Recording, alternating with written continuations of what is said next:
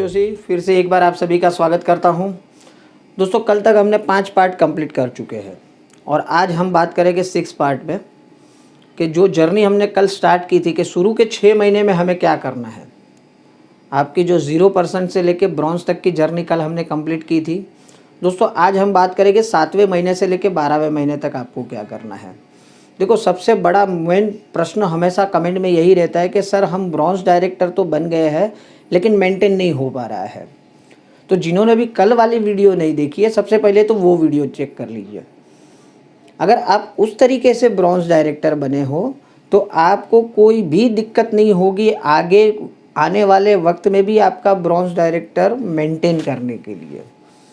और दूसरी बड़ी बात, देखो दोस्तों, 6 महीने तक आपने कड़ी मेहनत कर ली, अब वक्त आ गया है उसको एनकैश करने का।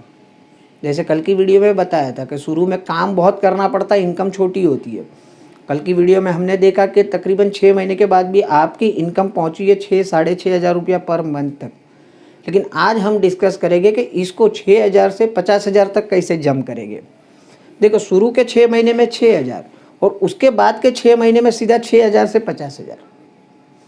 तो सिंपल, उसके लिए भी कुछ स्मार्ट काम करना पड़ेगा।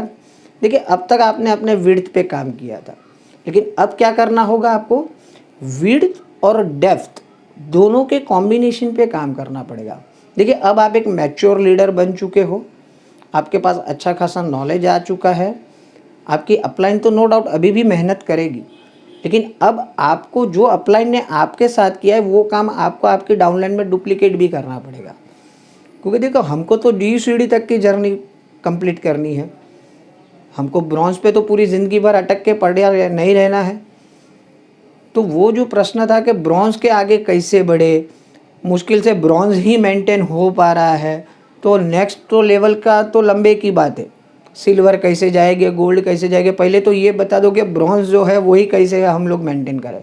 तो उसके लिए जैसे मैंने पहले बताया कि कल वाली वीडियो देख लो, अगर उस तरीके से स्ट्रक्चर से आपने काम किया और वो भी बहुत ही प्रैक्टिकली बताया है, कोई बहुत बड़ा चीज़ नहीं बता दिया है उसके अंदर कि आपको ऐसा डबल काम करना पड़ेगा, ट्रिपल काम करना पड़ेगा, वैसे नहीं, नॉर्मल। तो वो वीडियो की आज डिस्कस नहीं करेंगे, वो मैं आई बटन पे रख देता हूँ उसकी लिंक, तो आप वो वीडियो पहले चेक कर लीजिए कि फर्स्ट 6 मंथ में आपको क्या करना है। तो दोस्तों, जैसे कल भी हमने एक चार्ट के माध्यम से सीखा था कि शुरू के 6 महीने में किस किस तरीके से काम करना है, तो आज भी मैं वही एक चार्ट आपको बताऊंगा कि 7वें महीने से लेकर 12वें महीने तक किस तरीके से काम करेंगे। तो लेट्स स्टार्ट। पहले तो मैं मेरे कंप्यूटर स्क्रीन पे आपको लेके जाता हूँ, PPT एक आपको शो करता हूँ कि किस तरीके से काम करेंगे। तो लेट्स स्टार्ट। देखिए दोस्तों, जैसे कि कल की बात करें हम, तो कल हमने ये चार्ट देखा था कि आपने अपने क्यूमुलेटिव PV 8,200 किए हैं, आप ब्रॉन्ज डायरेक्टर बने हो, पर्टिकुलर वो महीने में आपके 3200 PV भी हुए हैं और आप अच्छे खासे PV से ब्रॉन्ज डायरेक्टर बने हो। और कल हमने इनकम की भी बात की थी कि तकरीबन 6-6.5 हज़ार रुपये की आपकी इनकम भी हुई थी। अब नेक्स्ट काम क्या करना है। देखो दोस्तों, नेक्स्ट काम अभी जैसे आपको स्क्रीन में ये चार्ट दिख रहा है, एग्जैक्ट इस तरीके से ही काम करना है। देखिए दोस्तों, ये जो सारे फिगर्स है मैं फटाफट बोलते जाऊंगा, आप सिर्फ मेरे बोलने पे ध्यान दीजिएगा, ये देखने में ज़्यादा वक्त बर्बाद मत करिएगा, क्योंकि इसकी PDF फाइल मैं ये वीडियो के डिस्क्रिप्शन में रख दूंगा। तो जब भी फुर्सत मिले शांति से वो फिगर्स सब देख लीजिएगा। सिर्फ मैं मेरा कहने का मुद्दा क्या वो आप समझिए कि किस तरीके से काम करना है। देखिए दोस्तों, जैसे ये चार्ट में देख रहे हो, मैंने पिछली वीडियो में भी बताया था कि आपका फोकस एवरी मंथ खुद की एक डाउनलाइन खोलने पे तो होना ही चाहिए। तो कल हमने 6 महीने तक बात की थी, तो देखो 7वें से लेकर 12वें महीने तक भी आपने एक एक डाउनलाइन आपकी ओपन की है। तो ये चार्ट बन गया अब 12वें महीने का, मतलब आप अब 12th विड्थ पे काम करते हो। अब आप बोलोगे सर इतनी सारी विड्थ होगी तो हम काम कैसे करेंगे, किसको ज़्यादा समय दे, किसको कम समय दे, किसको किस तरीके से काम करे। तो ये तो भागम भागी में ही हमारा समय बर्बाद हो। नहीं दोस्तों, इसमें भी एक स्मार्ट काम करना है। देखो इसमें मैंने कैसे लिखा है, अगर आप ध्यान से अगर ये स्लाइड देखो तो जो भी लेग आपका नया ओपन हुआ है उसको तो 1000 PV तक का जब तक वो लेग नहीं बन जाता है उसमें उतना ही समय दो। मतलब किस तरीके से, अगर आप 7वें लेग के ऊपर देखिए, मैंने उसमें भी वही सेम लिखा है जो पहले 6 महीने में हमने बाकी के 6 लोगों के साथ काम किया था। 100 से 200 पे लेके जाओ, 200 से 400 से, 400 से 600 पे, 600 पे से 800 पे और 800 पे से 1000 पे। एग्जैक्ट इसी तरीके से काम करना है। मतलब अगर थोड़ा समय भी अभी आप एज ए मैच्योर लीडर उसको दे दोगे, महीने के 2-5 दिन भी उसको दे दिए, देखो 12 लेगे और 30 दिन है आपके पास, तो आपको काम करना है। अभी आप मैच्योरिटी से काम करोगे तो 1-2 डाउनलाइन उसके साथ ओपन करवा लोगे तो ये काम बड़ा आसान हो जाएगा। और ये जर्नी में थोड़ा थोड़ा आप उसको भी एजुकेट करो, वो खुद भी तो सीखेगा कि किस तरीके से काम करना है। तो सिंपल।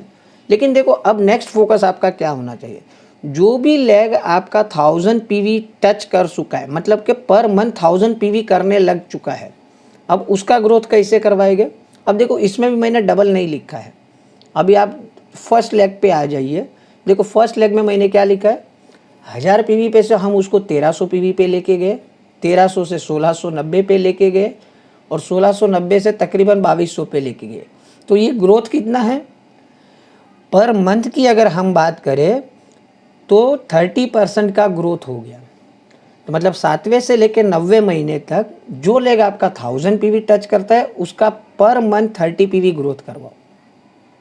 और 10वें, 11वें और 12वें महीने में देखो मैंने क्या लिखा है फर्स्ट लेग के नीचे, और जैसे ही 3 महीना उसका ग्रोथ 30% का करवाया है, फिर आने वाले और 3 महीने में फिर उसका ग्रोथ करवाओ 50%।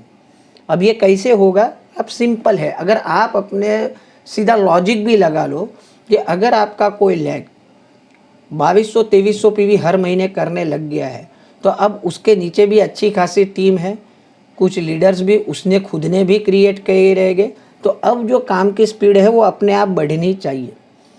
अगर देखो ये काम नहीं हो रहा है, दैट मीन्स कि अभी भी आप उसके पीछे भाग रहे हो, उसके नीचे उन्होंने खुद ने भी कुछ काम नहीं किया, तो ये देखो एक सीरियस मैटर है।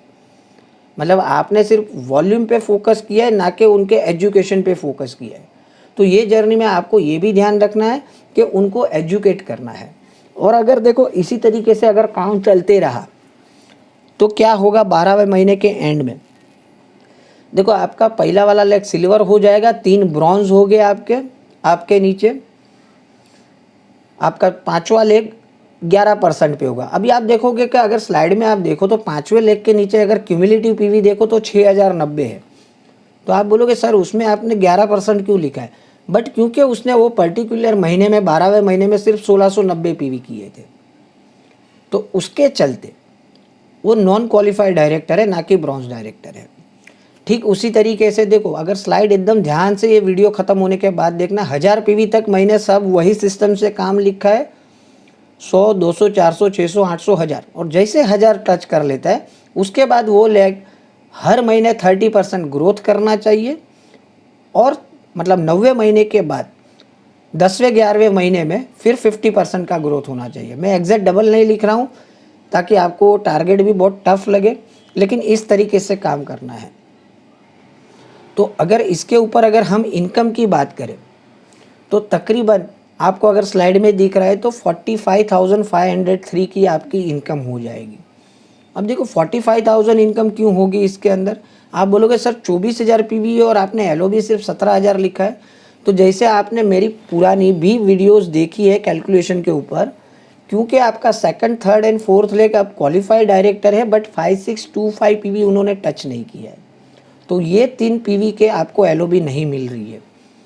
लेकिन इसके बाद वाली जो जर्नी मैं बताऊंगा, अब ये इनकम है ना दुगनी तिगनी चौगनी बढ़ती जाएगी अगर इसी तरीके से काम हुआ। एक ही महीने के बाद 13वें महीने में अगर आप सोच लो कि आपका दूसरा लेग अभी 7415 पीवी करता हो जाएगा, अगर 50% ग्रोथ से उसके साथ काम किया है, तो ये इनकम सीधी जंप करेगी 45,000 से तकरीबन 74,000 तक। तो ऐसे धीरे धीरे धीरे आपका लेवल भी बढ़ते जाएगा और बिना स्ट्रेस का बनते जाएगा। तो सिंपल इस तरीके से फोकस करना है।